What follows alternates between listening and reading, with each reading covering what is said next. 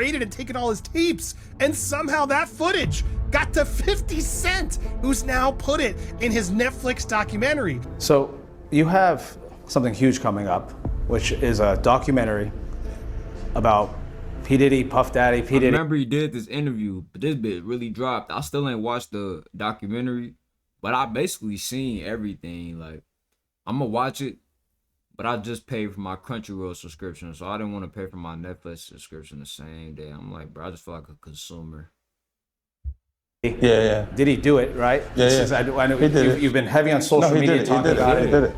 And I'm the only one who's been vocal about this long before it actually. Oh, you've been saying this for a long time now. You gotta think about this, bro.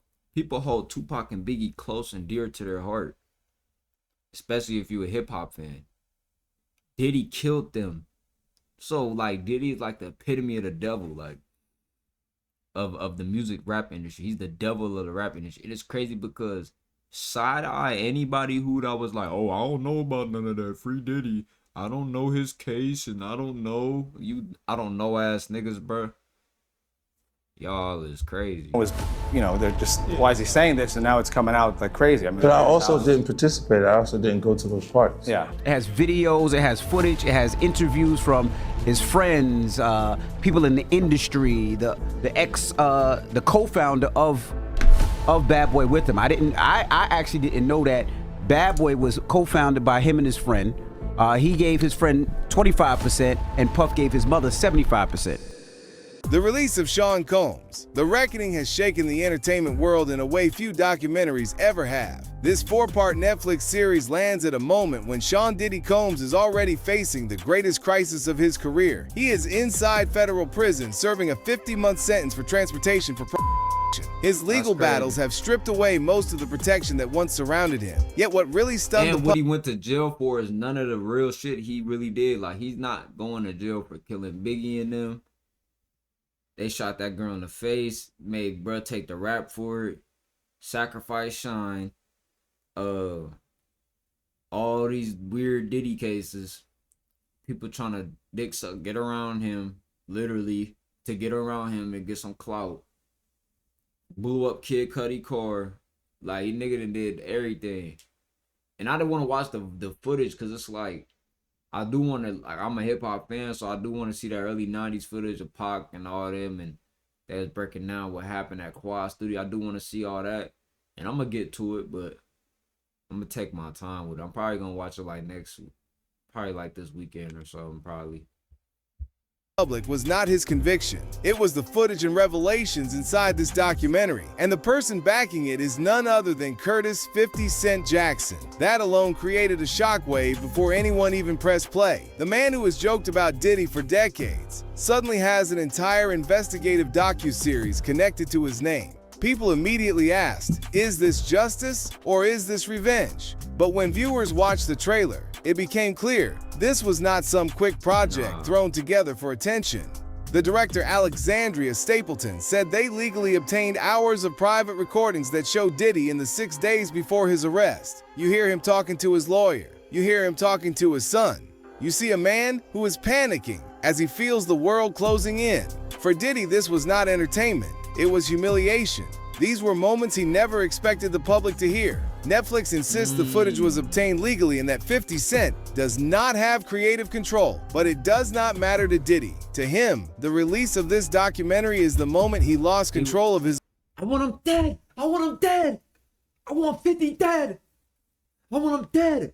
Bro, I heard a story time, right? They was explaining it. They said, bro, Diddy the type of... You got to watch out for niggas like Diddy, like Young Thug. They the ones that's going to kill you. Big Nut, Suge Knight. Them the cool niggas. Them the niggas that been through so much. They done been through the trenches. They real niggas, so they'll spare you. Like, they the type of niggas, like, if you tough, okay, we gonna, alright, tough guy. But Diddy the type of nigga that's like, go kill that motherfucker. I don't like him. I don't like him. Why you don't like him, Diddy? I don't like him. I don't like him. Kill Pac. Him and Biggie getting too close. That's my Biggie. That's my Biggie. Grabbing his face and shit. Then I heard he killed Biggie and it made him pay for his own funeral. His own story. The public is hearing things he never intended the world to hear. And that is why insiders say he is furious. He believes this documentary is something that might change how he is remembered forever. Good. So you have something huge coming up, which is a documentary about P. Diddy, Puff Daddy, P. Diddy. Yeah. Did he do it, right? I know He did it. you've been heavy on social media talking about it. He did it. And I'm the only one who's been vocal about this long before it actually. Oh, you've been saying this for a long time now. And then no one was, they're just, why is he saying this? And now it's coming out like crazy. I mean, But I also didn't participate. I also didn't go to those parties. Yeah. So a lot of the celebrity culture that you don't hear saying anything is because they participated. Facts. Was there a reason you never went to those parties back in the day? Obviously, I know what was going on there, but is there a reason you never did? I'm just not with all that free like all of the stuff that he's doing. I'm not into that type of stuff. I'm just a little more, maybe you could say basic or normal. You go into the 90s and Keefy D said he paid him to kill Tupac. Yeah. It's a little, like, you get the craziest accusations. You had TMZ created a docuseries. They went to Tubi, but the series is saying the downfall of Diddy. You're one of the first persons in entertainment to really call out people and kind of have that authority. And Yeah, but of course, P. Diddy, bro, you doing it 50 gonna hit different because you're a staple in hip hop. And this nigga getting exposed anyway. When they made that Downfall of Diddy documentary or whatever, he probably was still with Justin Bieber and all that. That nigga Diddy done ran through the... This is the thing. Diddy's mad because he's not being protected by his industry friends no more. It's like Training Day. I'm putting cases on all you motherfuckers. Nigga, it's over. You never had power. It was all an illusion. You was never running shit. You was never doing your thing. You were a pawn in a game. Just like Denzel figured out. Well, not Denzel. That character figured out that day. Nigga, Diddy, you're a fucking pawn. And you thought you was just that man. You suing Diageo, I'm a businessman. Like, nigga, you forgot you got rich off the zesty activities and the sacrifice rituals. Bro, niggas been dying around Diddy since day one. His first ever party or show or whatever, niggas was dying, stampede or something like. That's what I'm saying. I ain't gotta watch the documentary. I already know all this shit. that to be able to call people out. I mean, which is pretty amazing. You're kind of, in some ways, draining the swamp of Hollywood. And I don't have a support system. I don't have a support system of a peer group of artists that I require to do what I'm doing. I've had to be on my own from the beginning. So I don't necessarily have a responsibility to behave a certain way according to them.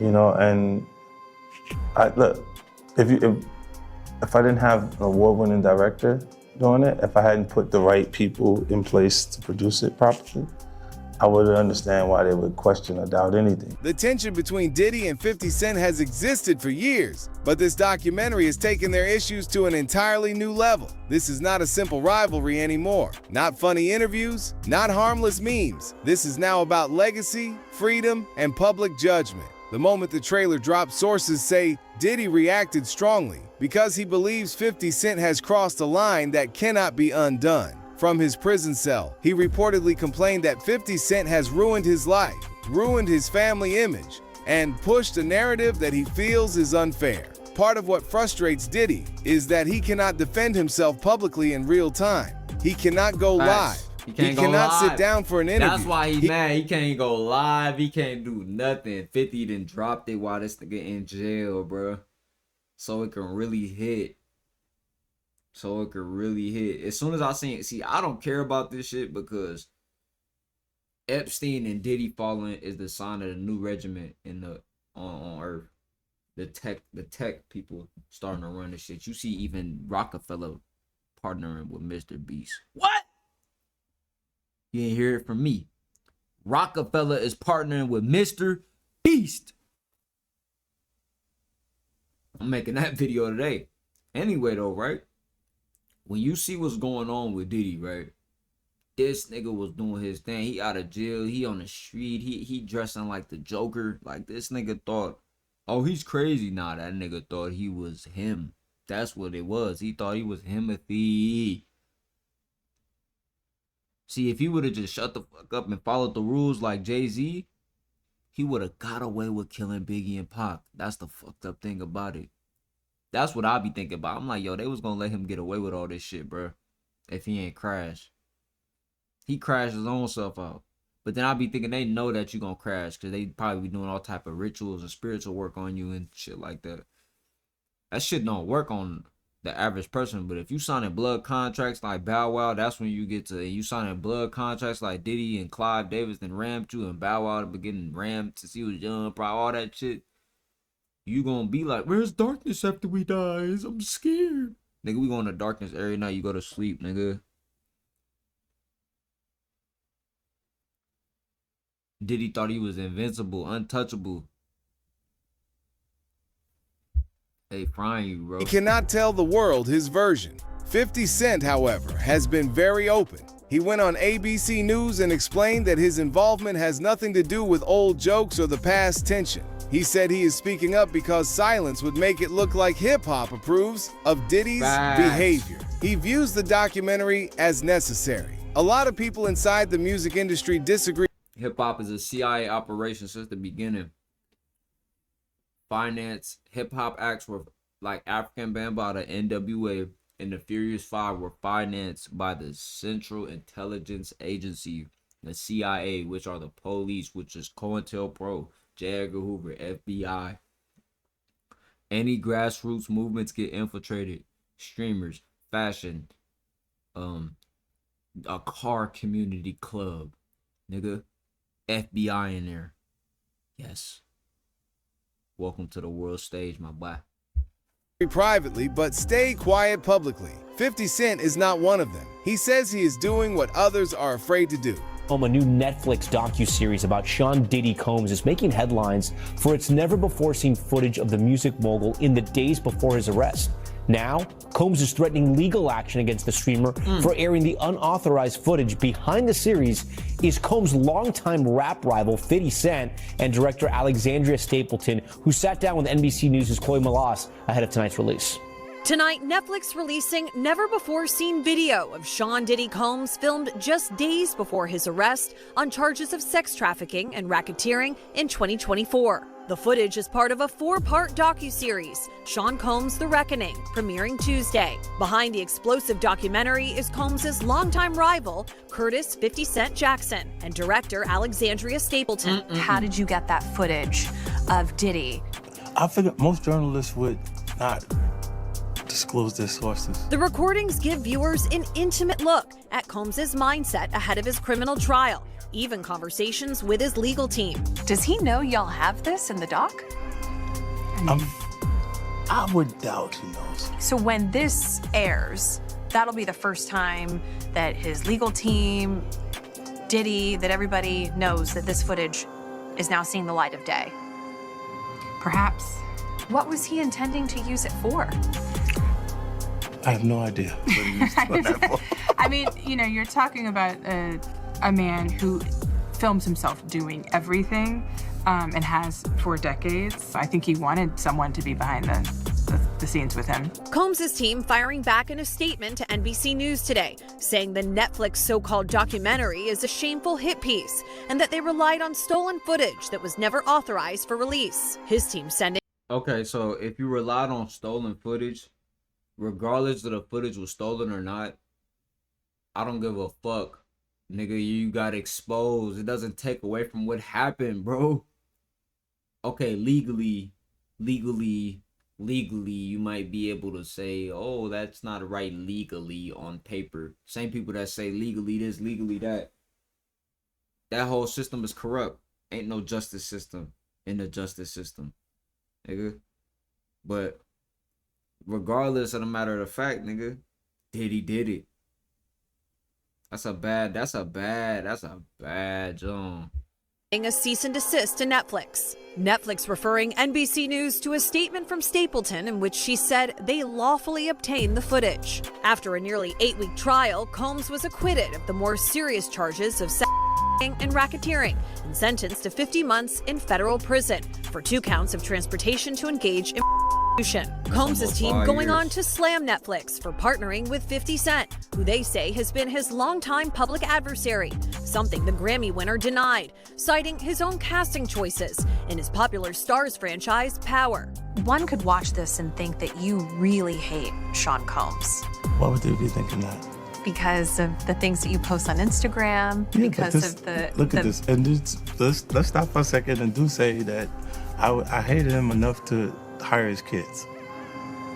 And we've never done anything to each other. So it's just competitive energy and things that you say about other artists while you're in hip-hop culture. This documentary is one of several that has chronicled Combs' rise and fall, but Stapleton says theirs is different. There's a lot of new information. No one had ever really put it together like that before. For 50 Cent, he says he feels a sense of obligation. Well, you know, if I didn't say anything, you could assume that all of hip-hop culture is comfortable with his actions. And Chloe Malas joins us now in studio. Chloe, you've seen the whole documentary. What else can you tell us about it? So there's a lot more of this never-before-seen footage, Tom, of Combs having really private conversations with his legal team, and you really get a sense of his mindset ahead of his criminal trial, which is really fascinating for me.